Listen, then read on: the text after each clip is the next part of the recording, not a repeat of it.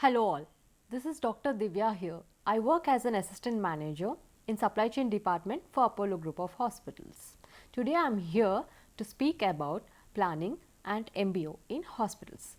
So before I jump into the topic, let me give you a brief about the objectives that I am going to speak today. Planning and its concepts, planning and the process involved in planning. What are the different types of plannings that are implied or applied in hospitals? Next, what is MBO, process of MBO and its application in hospitals? So, let's begin with planning. What does planning exactly mean? So, planning, it is defined as a management or managerial function that involves drafting of an idea of an individual or the drafting of idea of a group of individuals to set objectives and to reach a goal in a systematic way.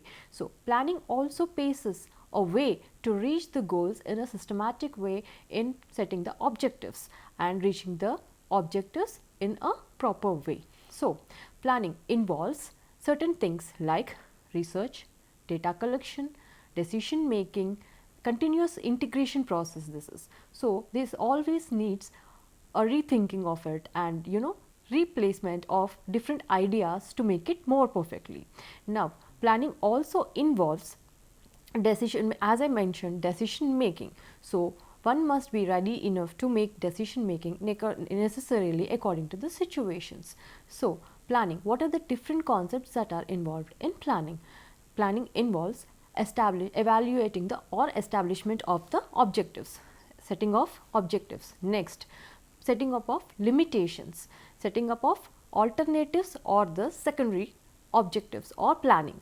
Next, what are the formulating the alternatives or the derivatives. Now, discussing it with the staff and also following up. So, when I speak about planning, what are, as I mentioned, the objectives. Suppose for example, now a person wants to establish a hospital. So, what are the objectives of the hospital? Setting up of the objectives, on what basis the person wants to establish a hospital, whether he wants to establish it for a single specialty or multi-speciality, whether the person wants to establish a single hospital or multiple branches in the same city or multiple cities. So, a predetermined set of objectives, that is very important for planning. So, planning also is known as deciding where to be done, when to be done, by whom it has to be done and how it has to be done. So, planning, it is also a long term decision making for reaching the goals. Now, as I said, evaluation of the objective. Next comes to setting up of limitations. When we plan anything, we also think about the limitations or what are the premises that we can plan a action or a goal to achieve it. So, when we are speaking about the hospital planning, when a person or an investor wants to establish a hospital, they think about what are the limitations we have to set up a hospital. So, that all comes under the evaluation of the objectives. So, after evaluating the premises or the limitations, we draft secondary or the other alternatives to overcome the limitations or the premises. For example, after knowing the limitations, the constraints geography, the constraints period or the constraints budget, what are the alternatives best can be done? Developing premises and evaluating alternatives and selections. Now, formulating the derivatives of the plan, securing cooperation and participation, providing for follow-ups. So, establishing objectives. To expand a hospital or to set a hospital, one needs an objective. What is the objective? To be to establish a hospital, to increase it, whether to increase it or to establish or to expand, all this comes under objectives. After establishment of the hospital, next comes the premises. Premises means the limitations, developing of the limitations or overcoming the limitations. Might be the increase in demand for the patient care services, competition might increase, now more funding can be expected and brand value and loyalty will improve. So, constant rules and regulations. Now, evaluating the alternatives and selection. So, increase vertical floor wise. Suppose if you want to expand the hospital, whether in the consigned area you want to expand it vertically, or whether you want to start a new one or another location. Now acquiring or merging with another hospital, leasing a building and converting it into a hospital. So these all are other things that comes under evaluating. Now formulating derivative plans, so completing the legal formalities, completing the legal formalities, raising the finances is also formulating the derivative plan, or setting the derivations for the alternatives that we have decided, recruiting the hospital staff also, and managing the marketing activities, analyzing the competition, and researching of the disease burden in the area also comes under formulating derivative plans when we establish a hospital. So first foremost, what we do a research on what hospital we want to establish, whether it is a daycare, whether it is a single specialty or a multi specialty. For this we will do market research, whether we have that specific burden there or not, the disease burden is prevailing in the area or not. So we do this research and then we establish a hospital depending upon the scarcity or the need of the area. So this comes under formulating the derivative plan. And now coming to securing cooperation and participation. This is discussing the idea that you have formulated, that the plan that you have made, to your staff, to your colleagues or the people involved in the hospital. Now training the concerned hospital staff accordingly. Suppose if you want to establish a telemedicine in your existing hospital, or you want to evolve or you want to establish a new service like daycare or rehab services, or you want to make a new improvement in your hospital like digitalization, training your staff accordingly is also very important.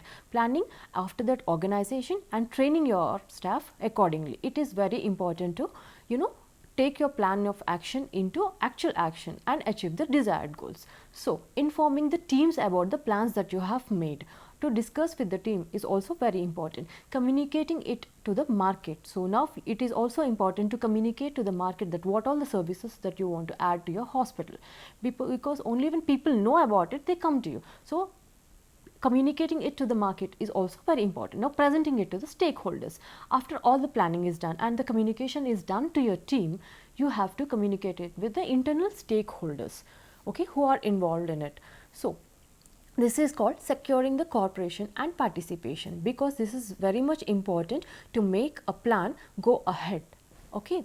And now coming to providing the follow-ups, not just planning, not just discussing with the team. So monitoring or monthly, quarterly, it is also important to how your plan is going on. Now you have set a plan, you have discussed it with your team. Now you also have to follow up every now and then, so that you'll come to know whether the plan that you have decided is going in a smooth way or not, whether it is facing any challenges, whether they're having any hurdles in implementing the plan that you have mentioned there.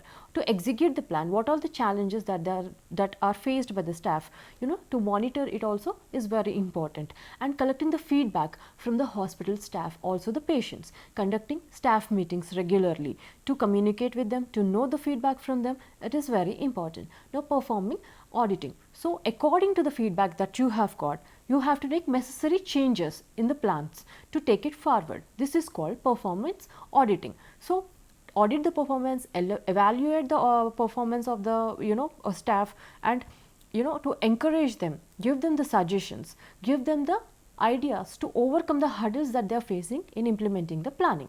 Now taking necessary corrective actions is also very important. So why we need to take necessary actions and correct it timely, to make sure that the plan is executed as it is decided in prior.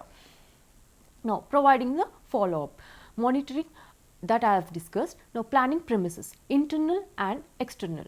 As I mentioned, every planning will have its limitations. So internal limitations and external limitations. What could be the internal limitations? Maybe you may face the challenges in training your staff to the new existing changes or new existing systems or updates. So that may be a biggest challenge to you, but you have to overcome it by training your staff accordingly. Now external premises might be about the permissions or the paperwork, all this comes under the external permissions or the limitations. Now controllable and semi controllable, which can be controlled, which cannot be controlled. So tangible and intangible limitations also should be taken care of. And planning types. Now let's get into the important topic of planning, that is types. What are the different types that are involved in hospital planning? Since we are speaking about the planning in hospital, we need to know what are the different types of planning that are applied in hospital planning. So strategic planning, which is also known as long term planning. Now to give you the examples of strategic planning or long term planning, I must tell you the examples of hospitals like Omega or other cancer institute, other hospitals which are precise to a specific speciality. So their objective or the strategy is to concentrate only on certain disease or certain inconvenience to the patients. So these are long term strategic planning things.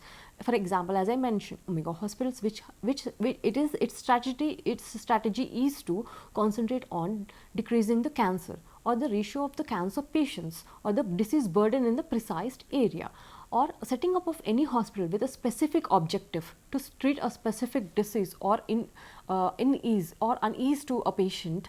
It is called a strategic planning or a long term planning, whatever the goal it is, which is for mentioned for 10 to 20 years or more than that. So it is all comes under the strategic planning or long term plan. Now it comes to the tactical planning or medium term plan. So what are tactical plannings and medium term plannings? Medium term plannings and tactical plannings are like involving or introducing a new support or a new service to the existing supports or the existing services in a hospital. Suppose now you are providing a new some child care and gynec care and other specialties. Now you also wants to involve a daycare, rehab center or a new service. So these comes under the medium term, okay. And also thinking about the TAT times, like turnaround times, how to increase the turnaround times, how to increase patient experience, waiting time, how to experience the patient experience, how to increase the patient experience. So all this comes under the tactical and medium term planning. So many hospitals concentrate more on medium term plans, which are very crucial in taking the hospital planning or hospital forward, because strategic plannings are already done and taken care by top level management. And now operational planning, short term, that means which involves day to day operations, day to day making, decision making, day to day planning, so which are short and small, like how to plan your OPs today, how many OPs to be planned today, how many OTs to be planned today, how many daycare procedures to be planned today in prior. So all this comes under operational or short term plans for a day. Now comes to the contingency planning or emergency, which means on spot you have to take a planning, on spot you have to take a decision. Suppose when a mass casualty occurs, when a natural disaster occurs, when there are loads of the burden of the patients is more on the hospital than the daily happens. So immediately you have to take a decision, immediately you have to make a plan of action, how to treat all the patients, how to handle the mass casualty for that day. So all this comes under the contingency planning and emergency planning, which is very crucial and which involves thinking, planning on spot, which also involves the teamwork. Here the teamwork is very important to take contingency planning or emergency planning, which gives accurate results or which will give good results, achievable results. Now planning importance. What is the importance of planning in hospital? So provides certainty in the patient care activities, gives a specific direction to the organization, establishes a coordination in enterprises, helpful in creating a healthy climate internally and facing the competition strongly, much helpful in accomplishment of budgets, helpful in identifying potential SWOT. Okay. Now what are the advantages? So helps the organization to dominate the industry, manages crisis and risks. If there is a planning, we can manage the risks or we can manage the crisis easily. Without a planning, it will be much more difficult. Once the planning is there, we can face such unexpected situations also with an ease. Now maximizes the utilization of available resources, which is again very important. With the planning, we can use the maximum resources available or the resources available to the maximum. So facilitates effective delegation authority to act. Now removes communication or communication gaps and communication differences also. Planning also gives, which because planning involves every now and then analysis, every now and then monitoring. So it is very effective in minimizing the miscommunications or communication gaps between the staff and the teams. So now let's come to management by objectives. Before I jump into management by objectives, I want to give you few more examples about the planning in hospital. So planning in hospital involves other things like strategic, as I mentioned, strategy planning, now tactical planning, operational planning, short term planning. So now what is the planning plays a major role, how this management it is involved with the management by action or MBO. What is the bridge between the planning and management by objectives? So before I explain the bridge between the planning and the MBO, let me define you what is MBO, also known as management by planning. So the technique which was first championed by management expert Peter Drucker. Okay, a strategic approach to enhance the performance of a healthcare organization or compare actual performances and achievements with the defined objectives. So the achieved goals and actions are compared with the objectives that are set. So then it gives a time determination of the time to achieve the goal. Once we have a comparison, how much we have come forward or how much we have reached in the planning part, then we will also have a clear picture of how much to be done yet, how much is left over to be done yet. So this is a bridge that I want to tell you. So this needs a managerial objective or management by planning. So the strategic approach to enhance the performance of the healthcare organization. It is personal management technique where managers and staff work together for a specific goal of the organization. As I mentioned, the manager and the staff, they both work towards a specific goal set by both of them for an organization. But here the manager also plays a major role in monitoring the staff whether the plan of action is being done accordingly or not. The management by objectives MBO is the process in which the manager and the employee agrees on a specific performance goals and then develop a plan to reach them. It is designed to align objectives throughout the organization and boost employees' participation and commitment. Now, MBO process defines objectives. So, how the MBA process is done? By SMART. What is SMART? SMART is strategic, manageable, achievable, measurable. It is strategic, measurable, achievable, realistic and tracked. So, shares them with the staff. Now, a manager plans or drafts a plan and sets objectives. Now, he shares them with the staff to achieve in specific time. Now, encourages the staff to participate in it. Also that he also monitors the progress of the staff, how they are doing it, how they are going through the planning, what are the situations that they are facing, what are the hurdles, what are the challenges that the staff is facing in implementing this planning. Now, evaluate the performance and reward the achievements also. So, what are the benefits? Now, employees are assigned goals that matches their strengths. Now, the manager evaluates a set of or a group of employees. If MBO is not there, what happens? The staff will not recognize what their strengths are, or they may recognize what their strength, what their skills are, what they are good at, what they are best at, but they may not utilize it. Maybe they are not given a chance to utilize the skills or what the strengths that they are good at. So, once the planning is done, the manager evaluates the staff, he chooses who is best for what, which task to be aligned or which task to be assigned to a specific staff so that they can perform their best of that. Now, the staff also through this process gets inspiration, bring out their best skill, also develops the leadership skills or the framework in them. The work also will be done in specific time frame. So, through all these things, the plan is implemented properly, desired and accurate goal, desired and accurate results are achieved, and also it is it makes the functioning very smooth of the organization. So, employees are assigned goals that matches their strength, skill, educational experiences and brings a sense of importance to the what happens. This brings the individuality of the staff out, means they are given a task, a responsibility consigned to their their position, which allows them to bring out the best skill that they have in them, the strength that they have, which they are good at in doing. So that's how the company benefits from the potential of the staff. It brings the most potential potentiality of the staff out, so that the company will benefit out of it. Also, it also benefits the staff by improving the skills that they are good at, which by utilizing that. Now, communication between the top management and the employees also increases.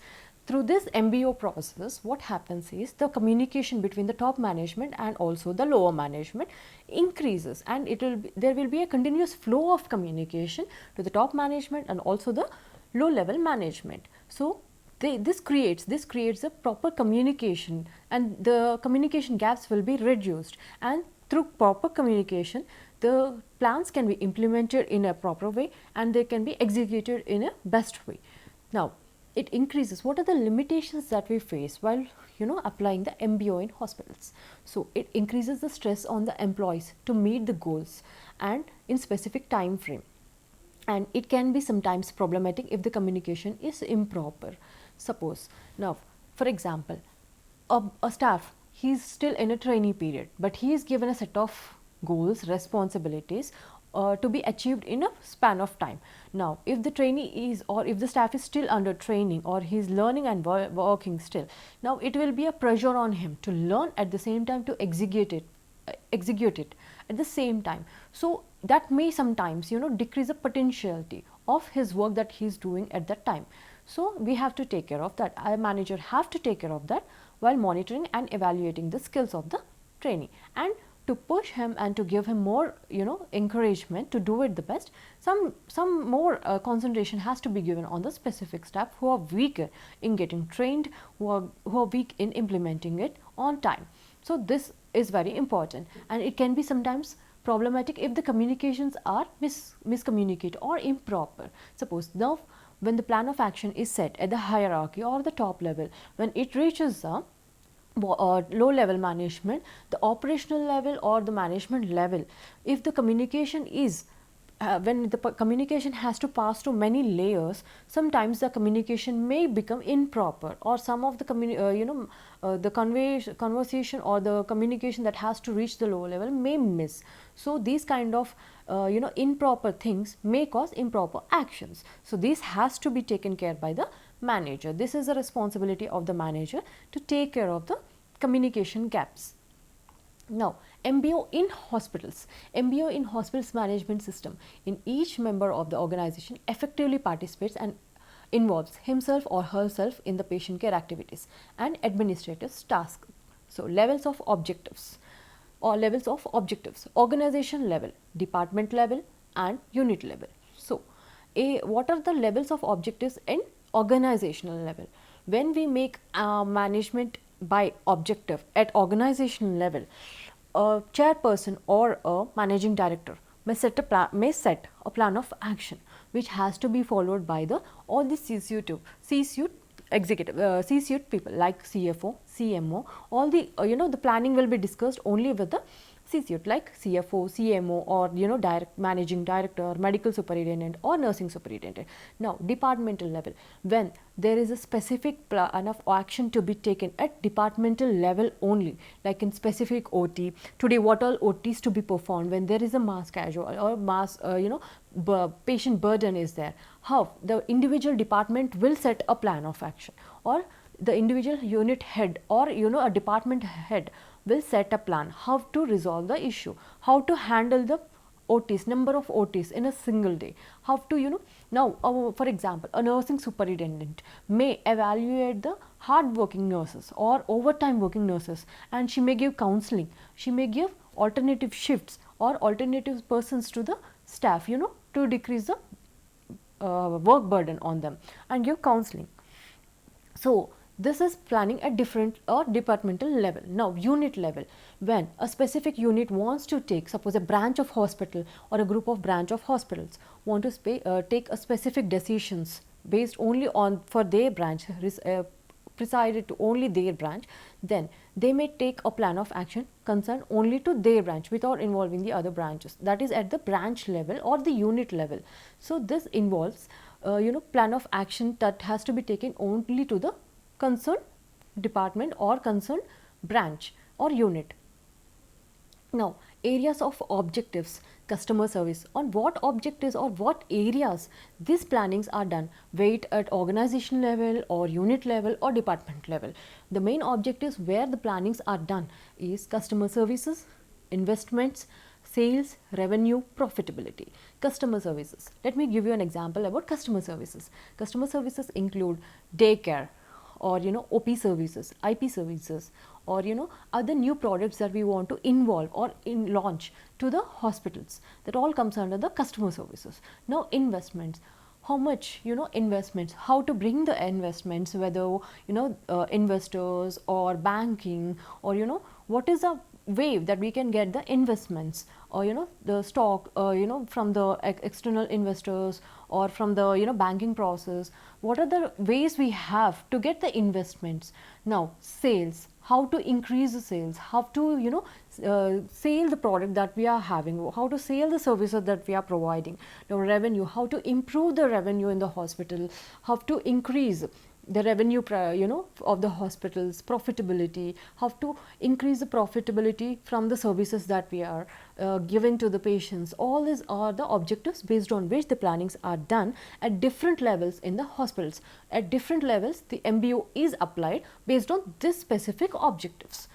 Okay, when we apply the MBO at different levels in different units, so how are the goals achieved, how to evaluate, all this involves the planning. Now as I mentioned, planning, it is very crucial, it is very important for any elsewhere in the other organizations or in hospitals to reach the goals in a systemic way. Now before we go into the other topics, I just want to tell you the planning is the first and the foremost step that has to be followed from the higher level to the lower level, be it hierarchy or the top leadership levels, be it in the lower management levels or the executive levels. Planning plays a crucial role which involves strategic and data collection, involvement of data analysis, decision making, thinking and application by systemic way to reach the goals in a systemic approach.